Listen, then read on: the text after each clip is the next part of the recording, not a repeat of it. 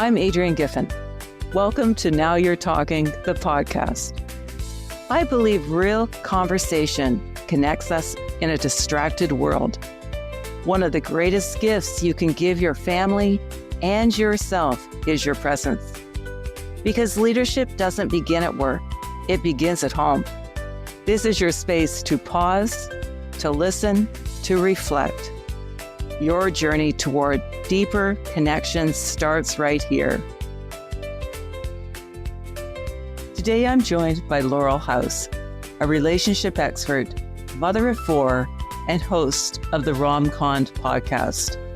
In this episode, we talk about rebuilding trust after betrayal, staying emotionally present with your children when life feels overwhelming, and how meaningful conversations help families feel safer and more connected. If you've ever felt stretched between caring for others and finding your way back to yourself, this episode is for you. Let the conversations begin.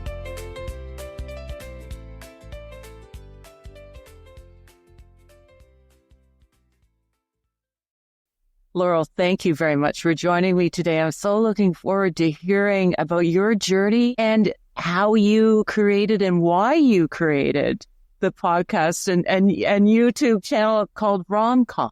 And you're a relationship expert for eHarmony. How do you do that and be a mother of four kids under the age of 10? How do you do it all? Patience with my children first, and then myself. Grace as well. I actually have tattooed on my hand, Grace, as a reminder to just Grace. Okay. Yeah.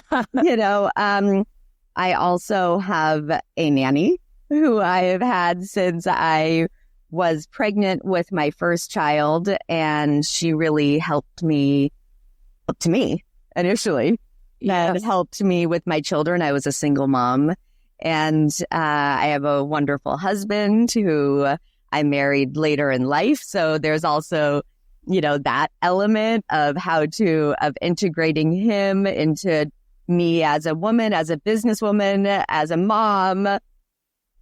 So it's a lot of balancing, and also, I guess you can say, checks and balances of self-checking, and then where am I off balance, and balancing myself in the best way that I can, and doing the same thing with my children. And so how do you do that when you have so many things pulling on you and life is chaotic with four little kids? How do you do that? I have my calendar, and I look at my calendar. Everything goes in my calendar, even just like, have a conversation with the gardener, or everything is calendared so that I don't forget. Because as moms, our brains are full. We are the ultimate multitaskers. We're thinking about everything, everyone's feelings, all of the needs that we need to do today, yesterday that we forgot, and tomorrow, plus next year. So Yes. The only way that I'm able to calibrate it all is by calendaring. So I calendar everything at night before I go to sleep. I looked at it so I know what's happening the next day. And then in the morning, I again look at it, and then I add things. I push things the next day that I didn't have time to do. And then I communicate. Connection comes from communication, and connection is essential in every facet of life.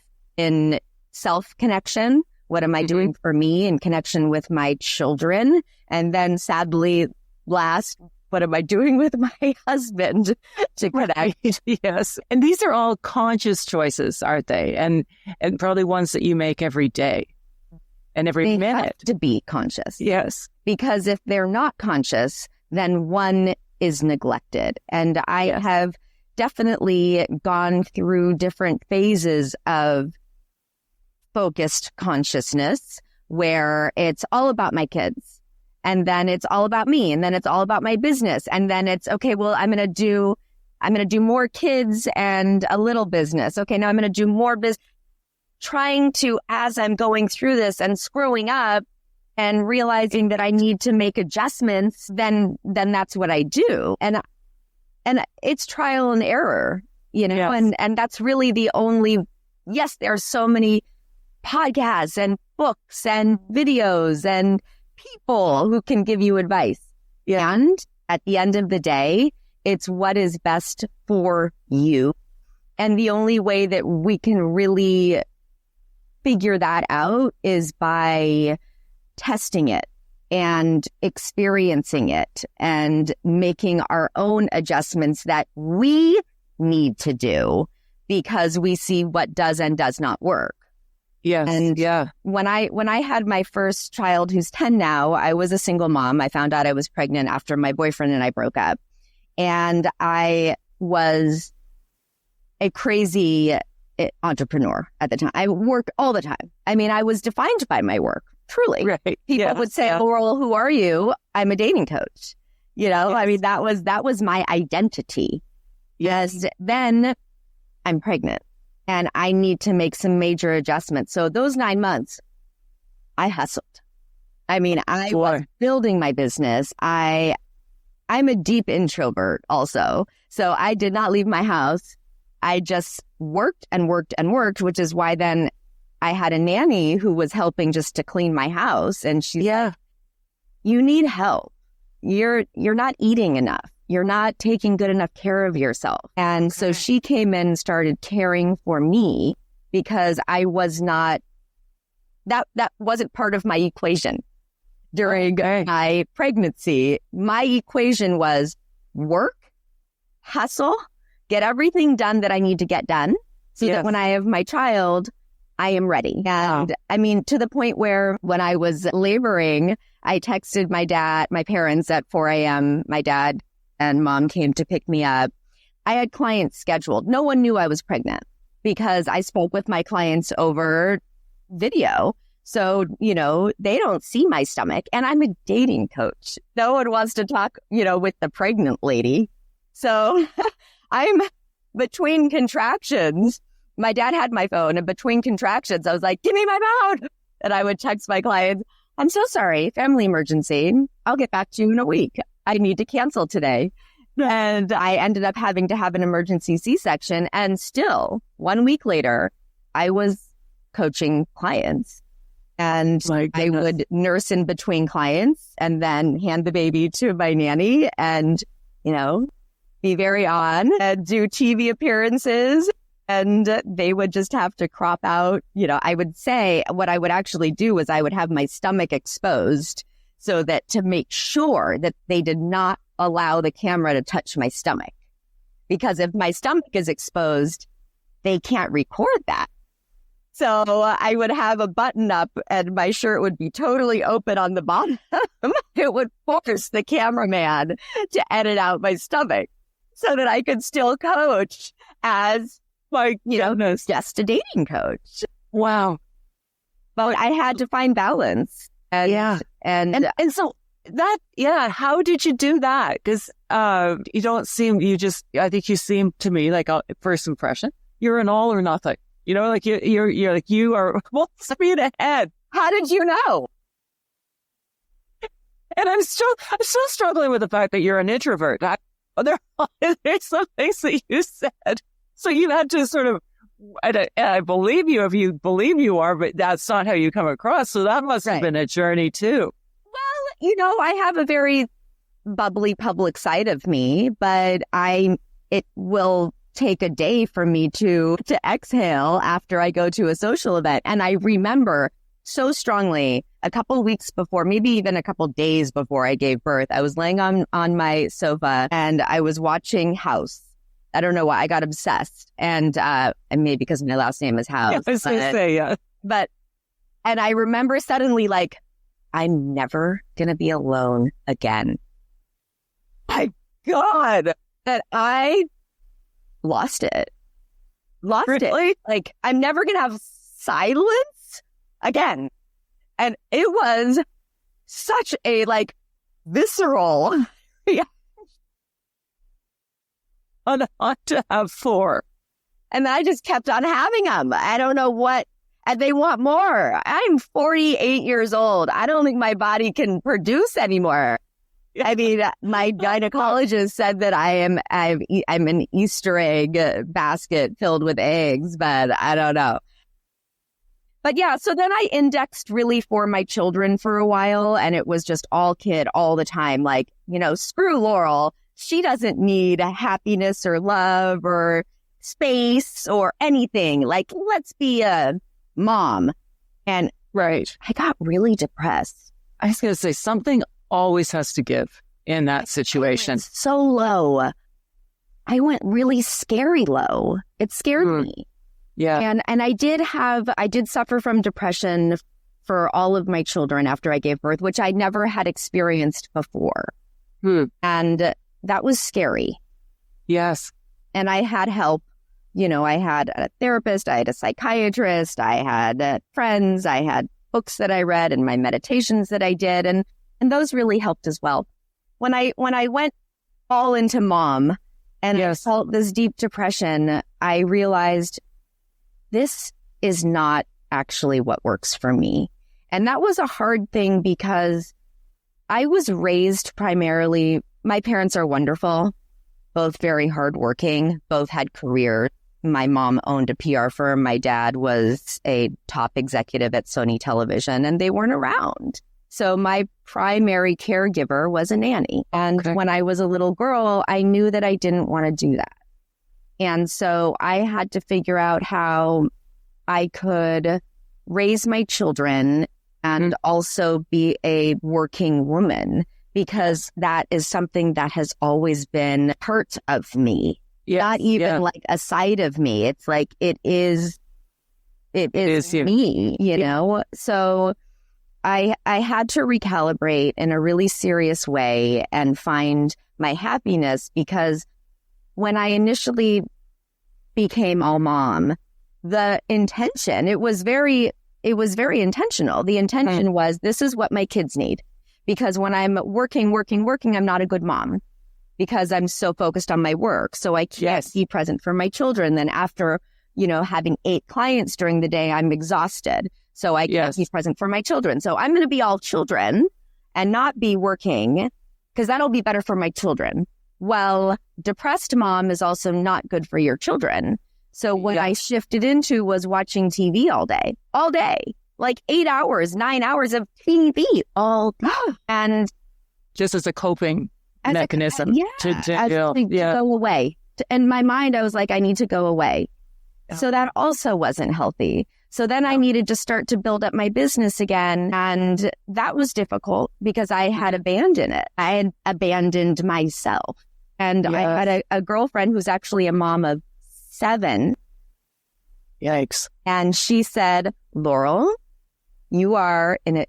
Now, this is my best friend who lives in New York. We've seen each other once in the last 25 years. That is how much of an introvert I am. But we talk all day over text. But she calls me on the phone, I don't answer.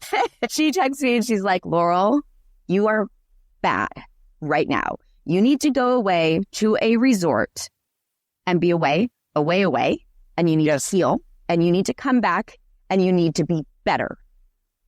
And I just got chills talking about it, because it just punched me in the face. And I went away and I just really focused on being better.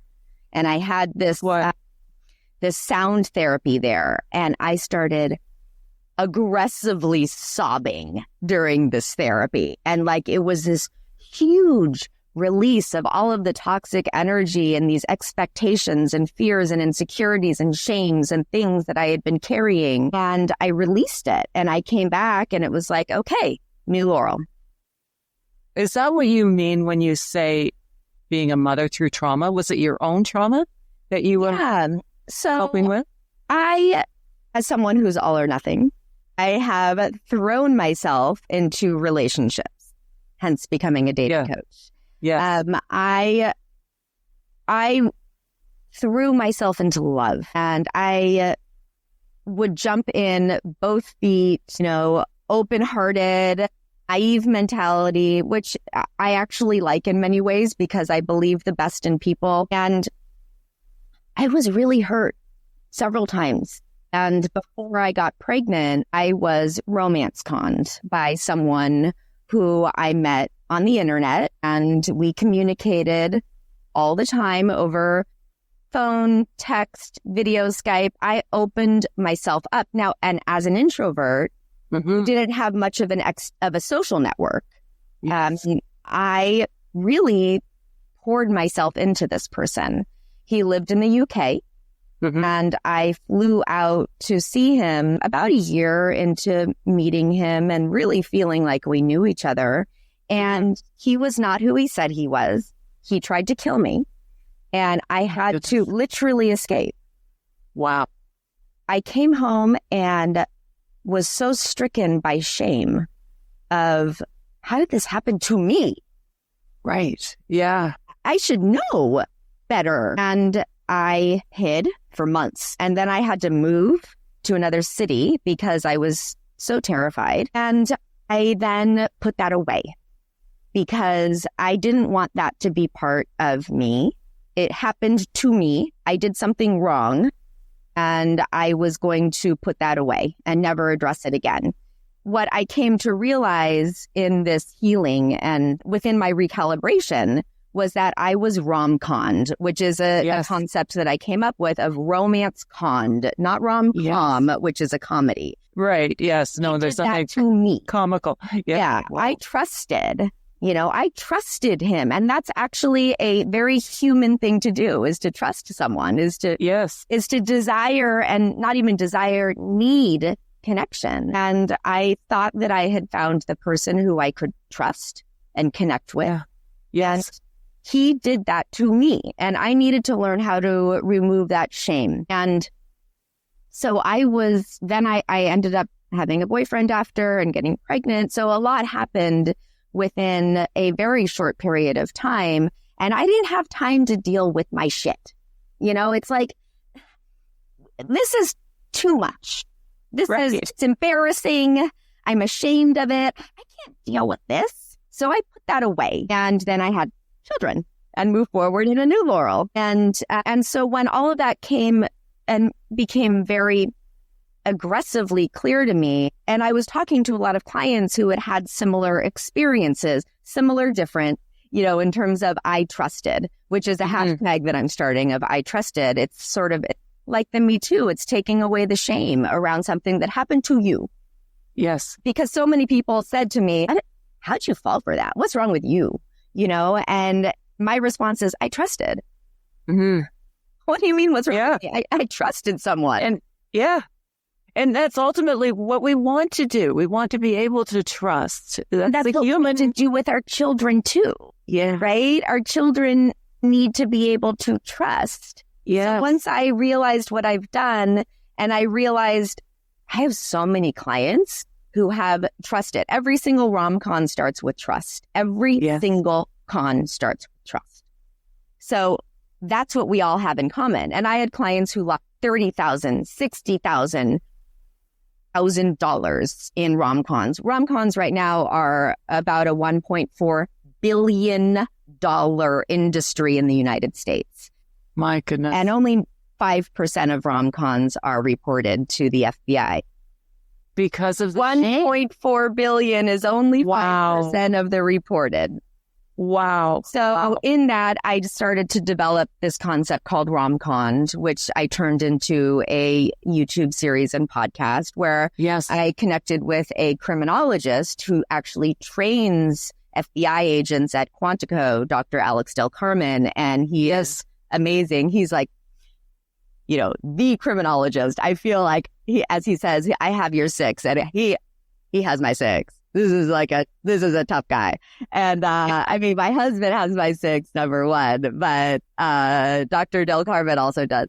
And, so I'm sort of the fun, bubbly one, and also very serious because I've been through it and I know it. And my trauma, I smile when I say hard things to people because it softens it a little bit.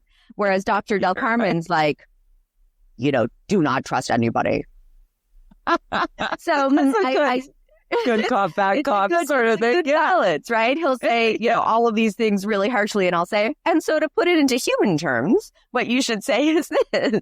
Yes. So it's, we help people to acknowledge what happened to them and then get out from under, over, and move on from being rom-conned. And beyond that, it is the whole concept that I work with my children with as well, not of being romance conned, obviously, but of being aware. And not only being aware of other people, but being aware of yourself. Yes. And that's difficult, again, to teach when there's so much chaos and when you're being pulled. So help share how you do that, please. I am the example of my expectation. I mean, that's always what I have been. It's what I was, it's how I became a dating coach, was being the example of my expectation. I had to experience everything in order to understand what someone else is going through. Okay. So for my children as well, when I screw up, I almost said if I screw up, but it is not if. It is when. It never, yes. Every parent is going to screw up. Big, small, multiple levels, every day. Yes. And so when I screw up in front of my children, I'll apologize. I'll say, you know what? I didn't do that right. And I'm really sorry.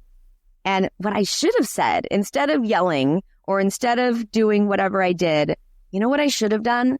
I should have done this. Yeah. And the reason why I yelled, which was a loss of control. I wasn't able to control my emotions in that moment. And that's not how we want to be. So what I should have done, now that I'm thinking about it more clearly, is I should have done this. And so I will walk them through everything so that they understand. And then I'll say, I'm your mom and I'm also a person. Yes. And screw up. And I hurt and I get scared. And you guys are always safe with me, no matter what. And no matter what, I love you. No matter what. No matter if I'm stressed or angry or out of it, I love you. And I'm going to screw up. So I also know that when you screw up, when you're angry, when you yell at me, when you throw something, when you misbehave, I know you love me. And I know that you're better than that. Yeah. So let's talk about that. And so tell me how that plays out. So you're being vulnerable. And by modeling that, you are teaching your kids to be vulnerable too. And so which connects them to their own emotions. And that's right. So that's very positive. Yeah. How does that play out when they screw up? How, and I'm sure we're all a work in progress. And every child is different. Right. Yes, so for sure. So I have 3 boys and 1 girl. My 5-year-old is the girl, and she is brilliant. She actually is. Her preschool teacher said to me, you've got to get her IQ tested because she needs to go to a special school for very smart people. She's also an extrovert and, so kind and out there and loves to help people and loves to be little mama. So she's not that very brilliant, person who doesn't socialize really well with others. She engages really well. So when I say these things to her about screwing up or whatever it is, so first,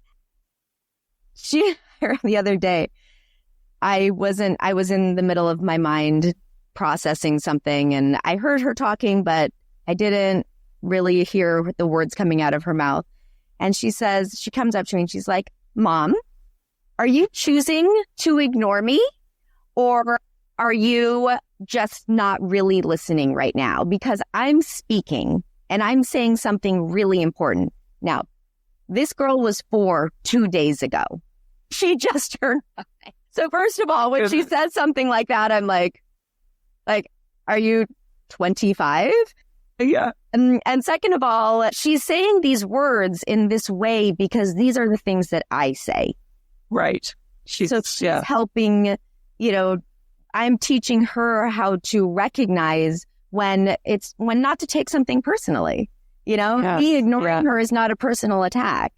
Yes. It's because something might be happening. And that's what I teach them is that child wasn't nice to you, or that child stole something from you.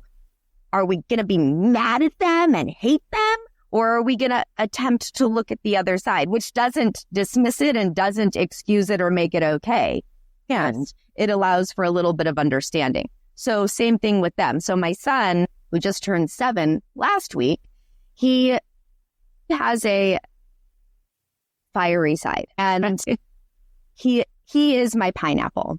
So he is soft on the inside, prickly. Okay, yeah. Softest on the inside. I mean, just the sweetest little guy. So he might have a meltdown and just be nasty and slam his door. And I will say, you're in your room, and this is the reason why you're in your room. And then he'll come out a little bit later, like 5 minutes. Mom, can I come out? And I'll walk in. You've been in timeout for 5 minutes, so not yet. But do you understand what you're doing here? And he's like, I'm so sorry. I was mean. I shouldn't have yelled at you. I just lost control of my emotions for a minute.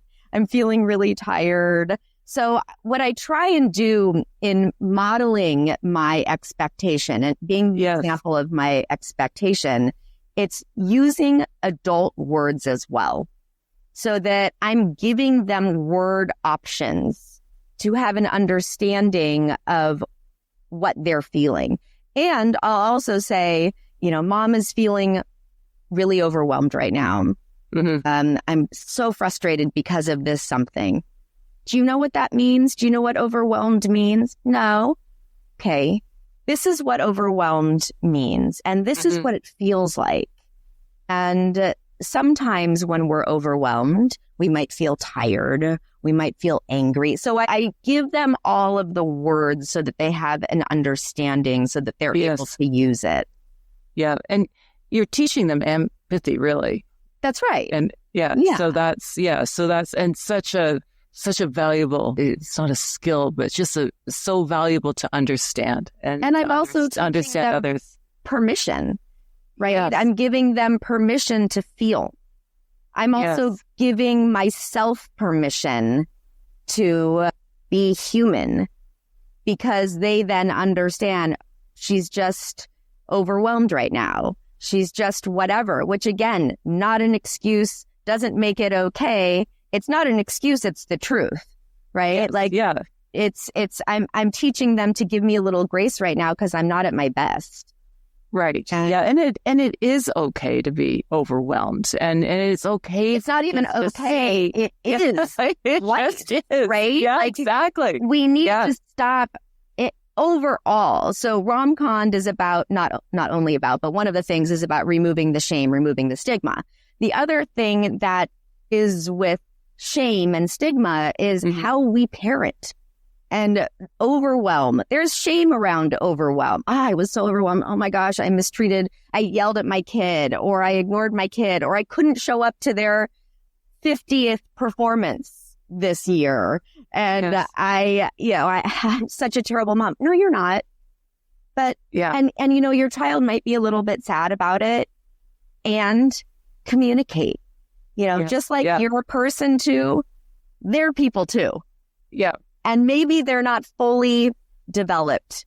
They're not fully developed. They don't understand it all. And we can teach them.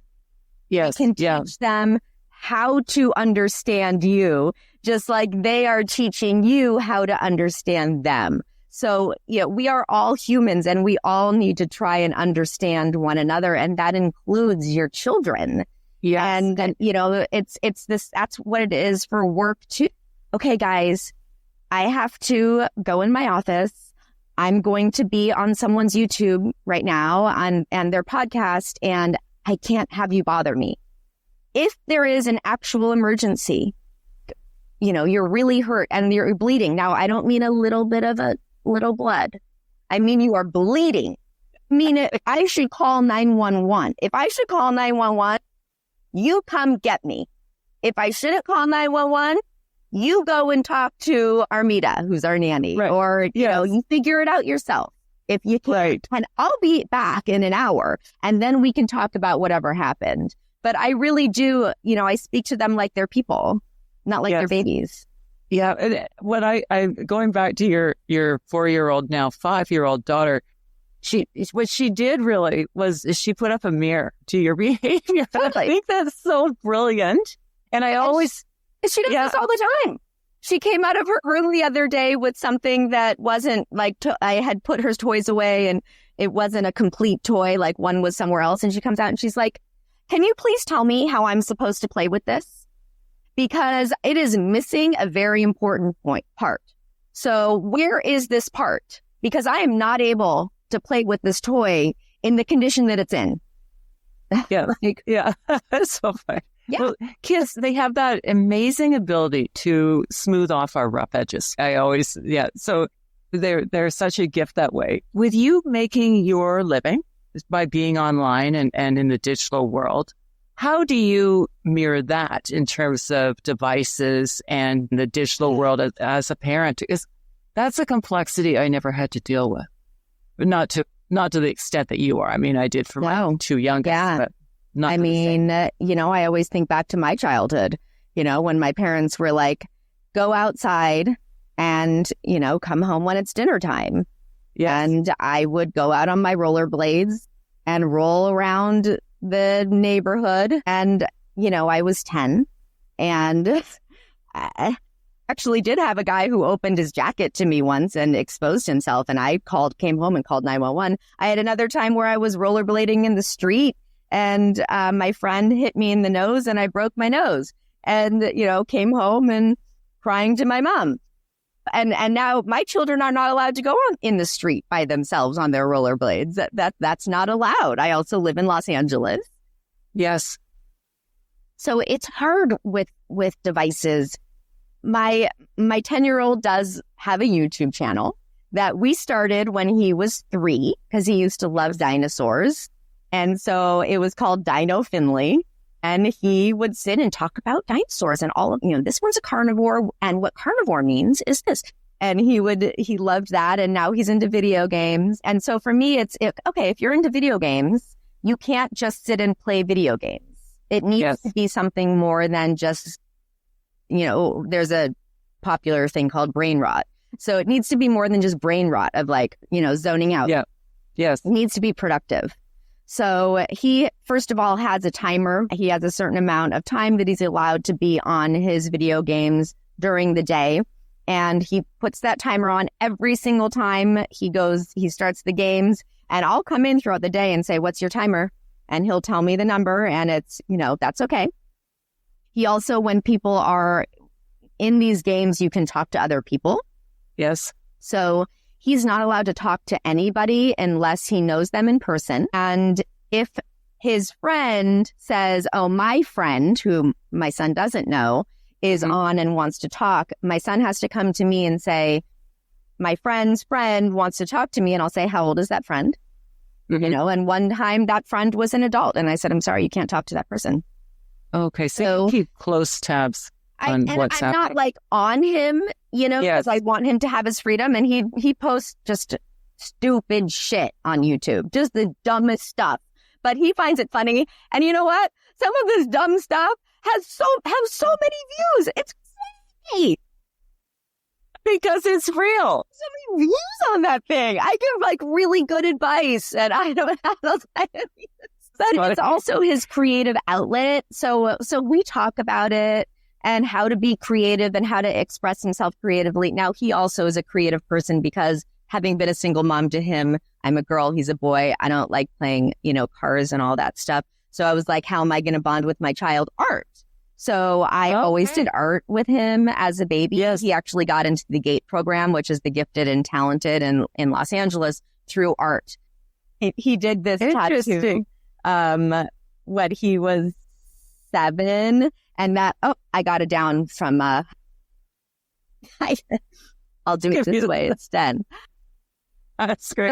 So his artistic side is very important. So I incorporate that into his video gaming. Oh. My 7-year-old now likes being on screens because his older brother is on screens. So for him, again, it's let's make sure that these align with your interests and who you are. And so you're interested in cars and in Hot Wheels. So let's talk about it. Let's understand. Yes, we can look at it and do the research and watch the stuff online, and we can also engage with it in real life. And then my daughter, she loves math and learning. So she'll watch a lot of that. She doesn't have her own phone, but she does have a Fire TV, and she does have a TV in her room, which she barely watches. But she watches a lot of math shows and, things that are educational in some way. So simultaneously, as a working mom, my nanny leaves at 2. And so that means after I do my kid drop off, which is a lot, my husband and I split the kid drop off, but I do kid drop off. I come home, I nurse my baby. I put my baby down for a nap. Now it's 11. My nanny leaves at 2. 2, exactly. I have 3 hours to work. So I need my kids to be on their screen sometimes as a babysitter, which again doesn't mean that they're just watching whatever they want. Another thing they really like is aquariums and fish. So there's these YouTube channels with guys who go into abandoned zoos and go into sewers, and they find abandoned fish and they talk about it. So what I'm trying to say overall is I try and have an educational component to it.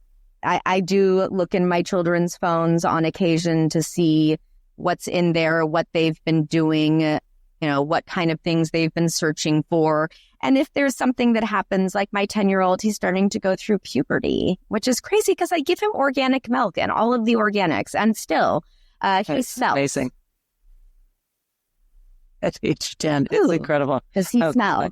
And so I have sat and had real conversations, not about sex yet, because I see where he is also with girl. I mean, he's such a flirt, but, we do talk about how his body is changing and he smells, and what does that mean? And what are other things that he might start to notice? So again, it's about open communication, connection, and trust. Yes. So that they can come to me and say, hey, this something is off, or this person said this something to me, or I'm feeling this something. And that's part of me modeling my expectation is when I say, oh my gosh, this something happened and it made me really uncomfortable and it was totally inappropriate. And so this is what I said to them. And so that my children can see the same thing, my son, who's now 7, several months ago, there were some kids at school. My child is very blonde and has a lot of hair. And he has a lot of hair on his arms like his mom. And so there were some kids who went up to him and they were like, what is that? That's disgusting. So instead of him crying, he said, oh, this is hair. And I have hair in my arms because some people develop in different ways. And, he was able to communicate in a way that the other children were probably like, what? I didn't have the reaction that they were hoping for. Right. But that's what it is, right? It's that diffusion. Yes. It's leaning into the awkward. And that's part of me being on YouTube and being on podcasts, and I'm on TV all the time. Yeah. And I have a lot of people who have opinions about me, and they like to vocalize them. And it hurts sometimes. It can be very hurtful. And I will say that to my children. I'm not going to say necessarily, I won't say there was a guy who sent me a message saying that he's sitting outside my window with the scope of his gun on my pillow, waiting for me to fall asleep so that they can come in and do very nasty things to my body and then kill me. I won't tell them that, but I will tell them that there are some really scary people online. Yes. And that when you expose yourself, when you put yourself out there, people are going to have opinions. And you need to be ready. If you are making a choice to put yourself out there, you're also making a choice to allow people to see you. Yes. Yeah. That's true. So knowing what you know now, Laurel, what would you do the same and what would you do differently? One thing is that I would do more of is family dinner. I used to do family dinner every night. I'm not a great cook. I don't generally have time to cook.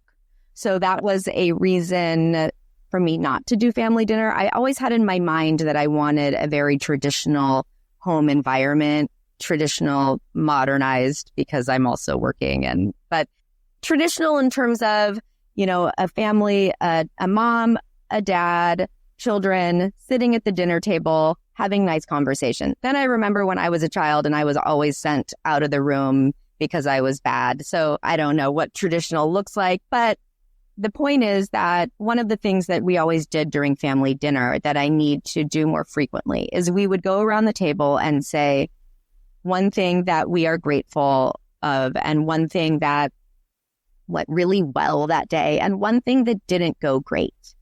Mm-hmm. And it created opportunity for communication. It would also expand on that and ask, I think, questions. And one of the things that I love that you do are asking questions, pointed questions that dip down into vulnerability as opposed to just, how are you? Good. You need exactly. You can hide behind. Yeah. Yeah. So maybe, what's one thing that you didn't say today that you wish people had heard? Digging into feelings in a way that allow people to feel seen. If you look at what our needs are as humans, especially within relationships, but also, all interpersonal relationships, we want to feel safe, seen, and special. In a romantic relationship, you add sexy. So safe, sexy, seen, special. Yes. So with children and in interpersonal relationships, safe, what does that mean? Physically, emotionally, financially safe. Seen. Well, I can't feel seen if I don't feel safe. So seen, they see me for who I am. I can express myself. I'm not judged. Special. Well, special is there's something special about you. And maybe you don't know what it is. It's like with my clients who are in relationships and someone might say, I don't know why they like me. They're so much more attractive, more successful, more wealthy, more. And I say, well, there's something special about you that you bring to that table, or else they wouldn't be with you because they can be with who they want. We all can be with who we want. So there's something special about you. So you need to know that, number one. And number two, how do they express that specialness? Are they tender with you because you're special? So it's feeling special and then experiencing the expression of special from them. So within these conversations with our children, it's how do we make our children feel safe, seen, and special? And then how to allow them to make us feel safe, seen, and special as well, because we're people too, which is why, if my child is angry and getting physical and I say, you're scaring me, you're making me not feel safe, and I want to feel safe with you. But when you punch me, it makes me scared. I know that you're better than that. You don't want to make mommy feel scared. Yeah. No, you want me to feel safe. So that's something I would do more of. So I would do the same and more. Okay. And differently, I think I'd put my phone down more frequently. Okay. Well, you said it here. So that's possible. Just because I want to do it doesn't mean it's going to happen. I do want to. And I want to model that for my children, right? Like we don't have our phones at the dinner table. When there's a special moment, it's like, okay, no phones. Let's be present. And I did experience with my son, when he was a baby, I did experience sitting there with my phone, trying to play dinos with him and not enjoying the experience at all. And then the next day I thought, I'm going to put my phone away. And so I sat without my phone. And for a moment I was stressed because what if a client is texting me? And then I was present. And I was so present with him for 10 minutes. And he was so happy. And I was so happy too. So it's going for quality, not quantity. Yes. Of the amount of time. If you can just give them 10 minutes of pure presence, then that makes a difference. It does make a difference. Yeah. May I ask you a couple of questions, Laurel, from my board game? Now you're talking. And I'm going to take you back to high school. Do it. So what is the greatest life lesson that you learned in high school? So in high school, I was bullied. I was beat up, thrown down the stairs. I developed very late and I was very small. And I would say I learned to speak up, not in a aggressive or scared way, but to be more self-protective. And if that meant avoiding people, I didn't need to be liked. I didn't need those mean people to like me, because in the end, they're not going to like you if they don't like you. I couldn't convince someone to like me. And instead, I, said, hi, guys, here I am, the person who you don't like. And I became the target instead of, it's not that I should have folded back into nothing, but I should have just said, you know what? This isn't working with these people. Let me redirect. It's okay to have mid-course corrections. Let me redirect and find another group of friends instead of trying to force myself on people who, I'm not like them anyway. I'm not that mean-spirited person. I'm not a tough kid. Yes. Yeah. Yeah. That's fascinating to me, because in high school, you found your voice and you're out in the world sharing your voice and your wisdom and your thoughts with everybody. But maybe it came from that point where you didn't have one, and now that's how you make the world a better place. Yeah. Yeah. Wow. Can you describe a high point in your high school life? It may have been when I met who is now my husband, who was my boyfriend back then. We reconnected 30 years later, but he was my boyfriend back then, and he became my protector. He was a tough guy, and he sort of pulled me, and all the bullies were friends with him. And so when he pulled me into his space, then I didn't have to be friends with the bullies, because I felt safe with him. And that's when I really understood what the feeling of safe meant. And yeah, interesting. And so it was really tapping into, what do I need right now? And what I needed was to feel safe. And that goes into life, right? When we're feeling out of whack, it's like, let's check into my core values and my core needs. What am I missing of my core needs? I don't feel safe. No wonder I'm a complete mess right now, because my one core need is obsolete. So let's work to strengthen that. And and so that's what I did. Yeah. Oh, that's so fascinating. I started writing. I started writing. Yeah. When I read back the emotional thing, oh my gosh, I am the other white dove. You left her for another home, and I started expressing in a different way, and I started dancing. So another way to express myself physically, and I ended up getting accepted into UC Santa Barbara because of dance. I started to really understand self-expression in ways that that weren't offensive to other people. Yes. And that really allowed me to go deep into who I was and luxuriate in my depth, which I needed. And I felt like modern dance and also writing poetry allowed me to luxuriate in my... Wow. Well, because it sounds like, where that pain is. That's right. Most of us, passion happens, if we let it. But it often starts in that painful place. Because it doesn't feel good when we wall up. It doesn't. Yes. And that walled up feeling, which I have gone to, thinking it's protective of everyone else and myself, is actually a very cold, cold place. I put myself in a prison. When you're walled up, when you don't allow yourself to have passion, expression, all of those feelings, you're putting yourself in prison on a cold floor and cold walls and no sunshine, and you're just existing. And that is a very cold, cold place to be. You don't want to walk around with it. Yes, and lonely and isolating. Words of wisdom, Laurel. What are some words of wisdom that you can share with other parents who could be another moms and that could be going through a very difficult time? Well, I would go back to what I said at the beginning, which be patient with yourself and give yourself a little bit of grace and ask for help. If you're in a place that is not good, It's okay to ask for help. It's okay. I'm like queen of TMI because I was alone and I've needed to express myself. I remember when my first child was 5 and I was going through, 3. And was he difficult? And I remember I went to a pharmacy and I said to the pharmacist, I need something to help me relax because I'm really struggling. He's like, okay, what's going on? And I started sobbing and just, I can't stand my son. I can't stand him. And I'm a horrible mom.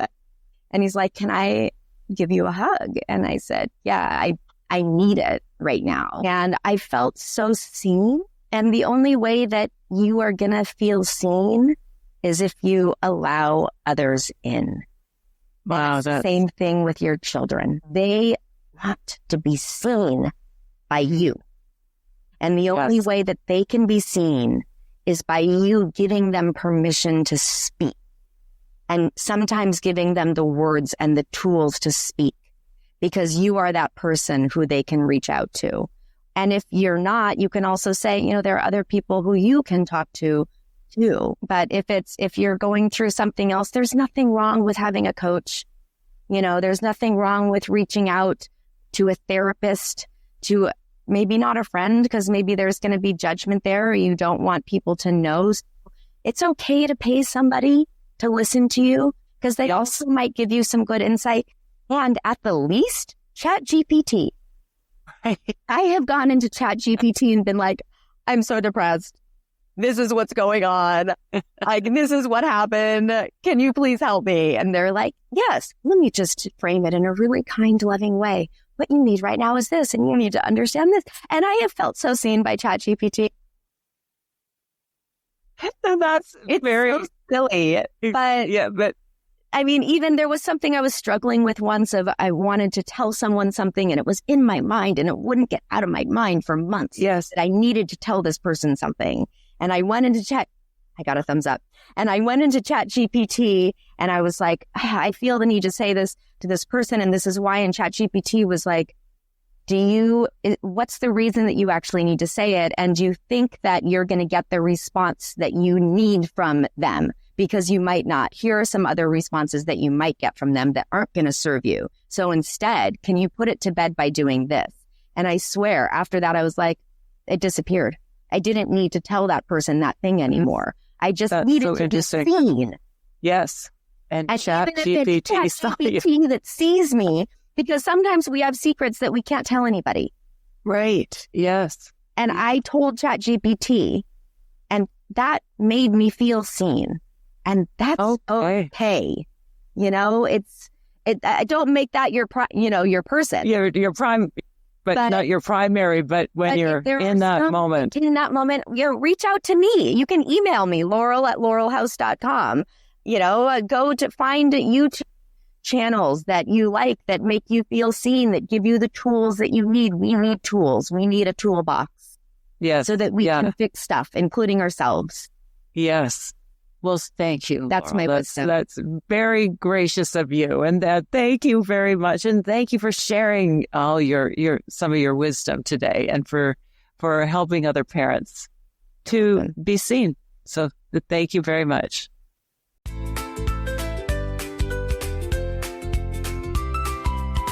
A highlight from today's conversation with Laurel House. Trust isn't built in big moments. It's built in small, everyday conversations.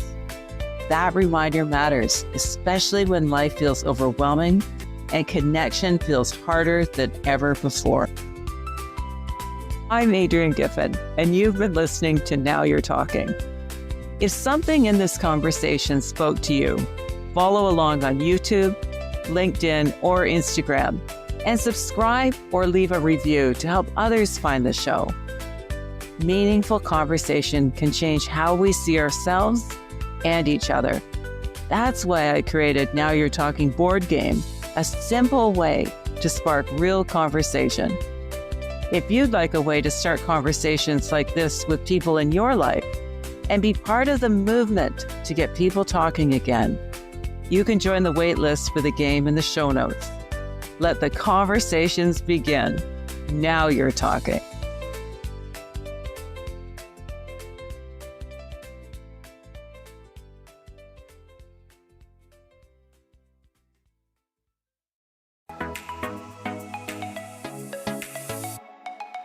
I'm Michelle Abraham, and we are honored to have Adrienne Giffen's Now You're Talking podcast on our High Vibe Podcast Network.